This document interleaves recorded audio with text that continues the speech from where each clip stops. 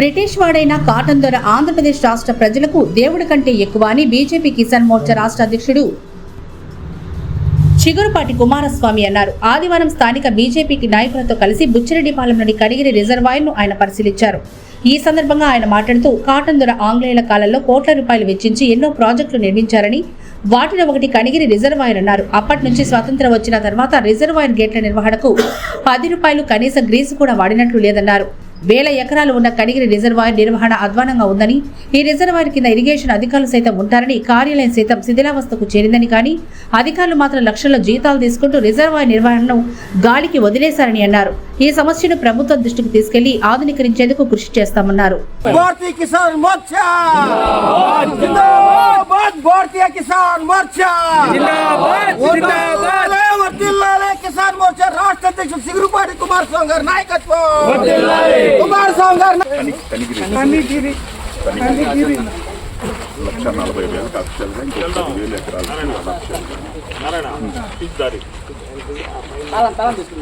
రవి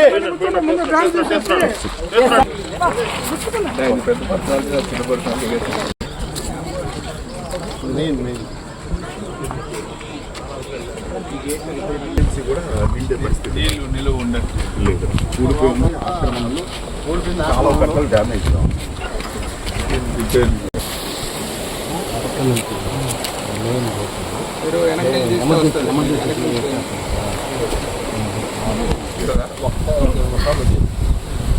అసలు అంత పరిస్థితి కూడా లేదు. ప్రస్తుతానికి డ్యామ్ రిపేర్ అయినా ఉన్నాయి కాబట్టి నీళ్ళు వెళ్ళిపోతున్నాయి. వర్షాకాలం అయితే మరి ఎక్కువ వచ్చినప్పుడు అప్పుడు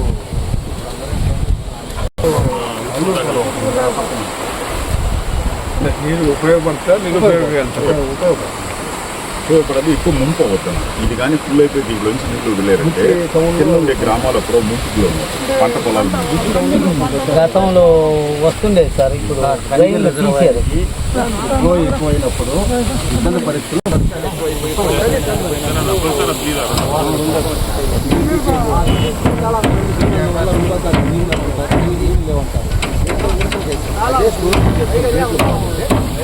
పగలగొట్టదు ఎందుకు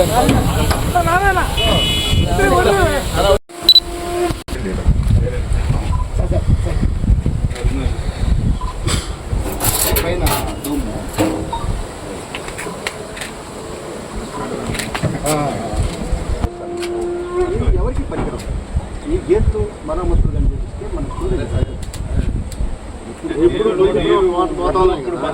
నీరు తగ్గినప్పుడు ఈ ప్రమాదం. దిగువ చేలకి నీరు చాలదు, మనకి రెండో పంటకి లేకుండా విడతలు వేస్తున్నారు.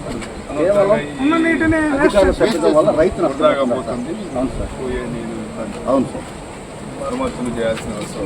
ఈ లీక్ వల్ల ఏంటంటే 24 hours 365 days లీక్ ఉండడం వల్ల పొలాలు డ్యామేజ్ అయిపోతుంది. అంటే చోటు మారిపోతుంది. డ్యామ్ కూడా మళ్ళీ లేపెట్టుకోవాలి. మన ఒక్కరే పోరాటం చేద్దాం సార్. ప్రభుత్వం దృష్టి తీసుకెళ్ళి ఆ ప్రయత్నం చేద్దాం.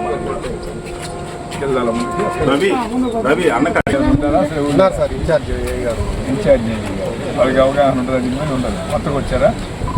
అంటే శాసనం సార్ ఇన్ఛార్జిగా ఉన్నారు సార్. నిలువ ఉండాల్సిన నీరు ఉండకపోవడం వల్ల రెండో పంటకి పంట పండించుకోలేకపోతాం మేము. అంటారు ఎందుకని మేము టీ గారు సి గారు ఎందుకు పట్టించుకోండి? ఓల్డ్ స్ట్రక్చర్ సార్ ఇది. దీని మీద మామూలుగా ఎస్టిమేట్స్ అని రెడీ చేసి అప్రూవ్ చేసి సిఈ గారు అప్రూవ్ చేశారు. పెట్టలేదు ఇప్పుడు ఇంతవరకు. పెట్టున్నారు ఇప్పుడు బ్రిటిష్ నాటి నుంచి ఇప్పుడు వరకు అసలు రీజే పెట్టలేదు అంటున్నారు. రీజన్కి సార్ మామూలుగా అసలు నేను చెప్పే సిస్టమ్ ఉందా సార్? తిరుగుదా తిరగదుగా అసలు చెప్పలేదుగా.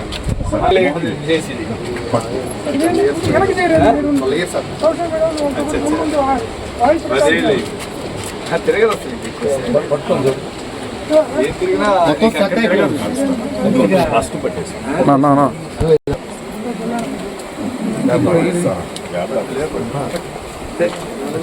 అంటే దీనివల్ల ఇది ఊళ్ళో తిరుగుతుంది తప్ప కింద అది తిరిగినప్పుడు ఇక్కడ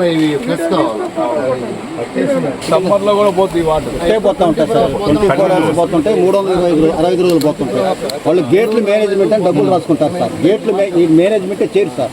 మనం వచ్చి పోతే రంగులు వేస్తారు దానికి చేసామని. దాదాపు 10 సంవత్సరాలు జరుగుతుంది సార్ ఇది. 360 రోజులు లీకేజ్ పోతానే ఉంటుంది సార్. ముందు పెట్టండి. ఈ ఫ్లడ్ వచ్చినప్పుడు ఎస్కేప్కి ఎమర్జెన్సీ ఎస్కేప్ వల్ల ఇప్పుడు వస్తాం. వెలుగాయలు దీని పేరేంటి అన్నారు సార్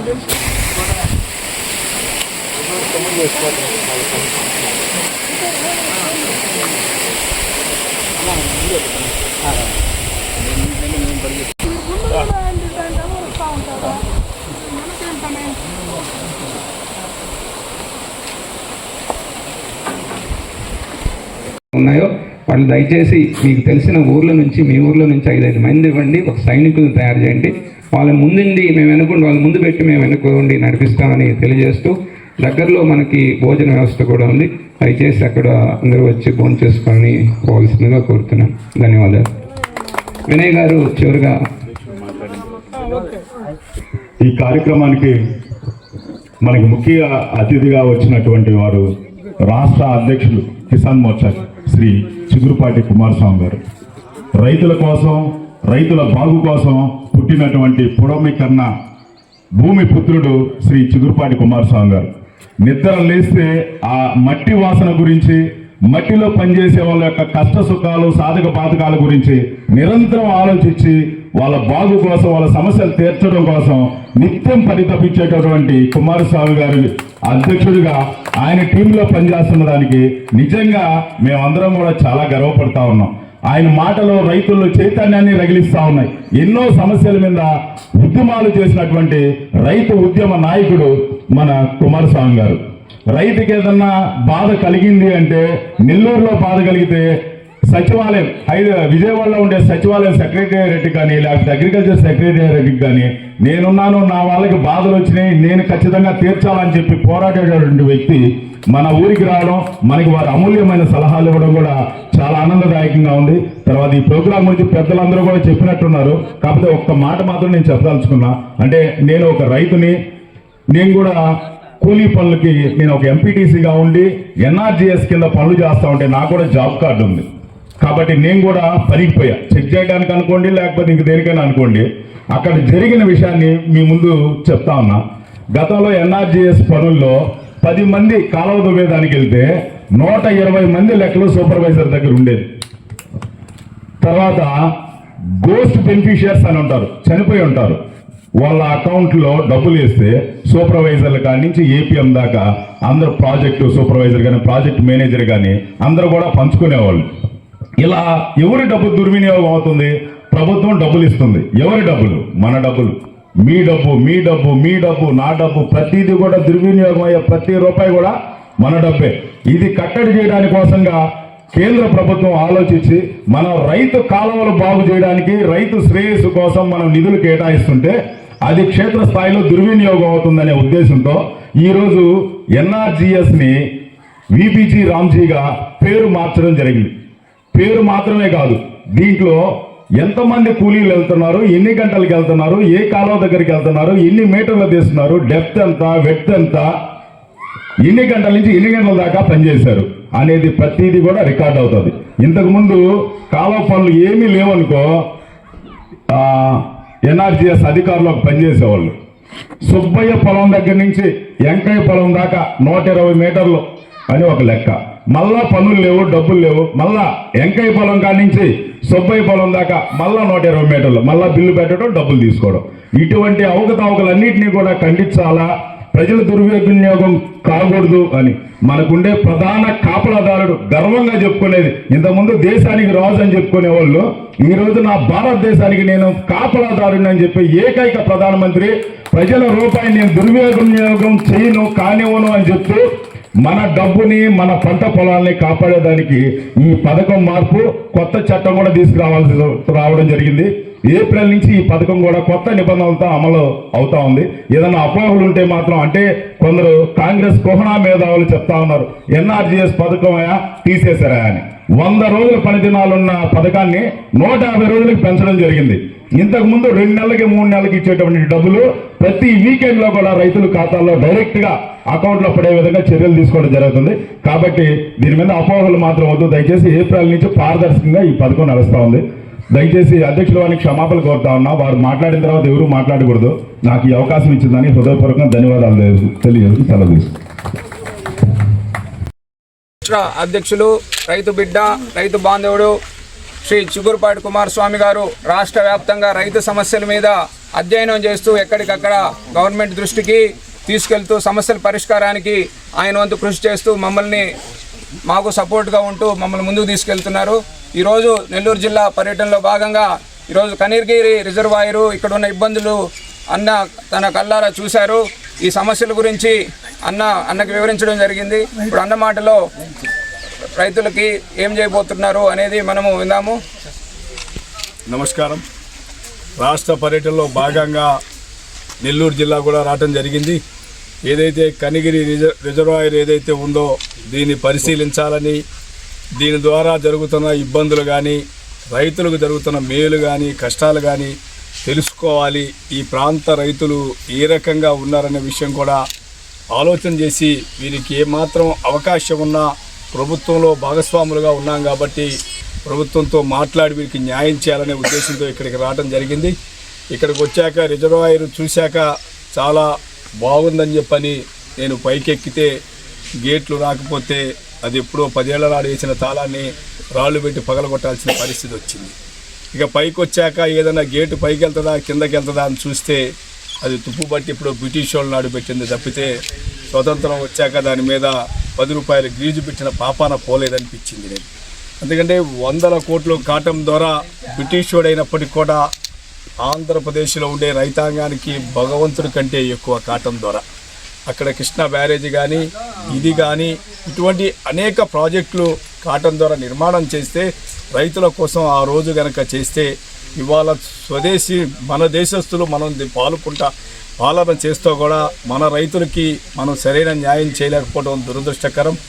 ఏదైతే దీనికి సంబంధించిన విషయము ఇబ్బంది చెప్పారో దాని వాటర్ లీకేజ్ అవ్వటం వల్ల అది పూడిపోవటం వల్ల, ఎందుకంటే ఎప్పుడో తవ్వినది ప్రాజెక్ట్ అవటం వల్ల అది పూడిపోయింది. నిజంగా దాని నిండా నీరుంటే 2 పంటలకి రైతులు పండించుకునే అవకాశం ఉంటుంది.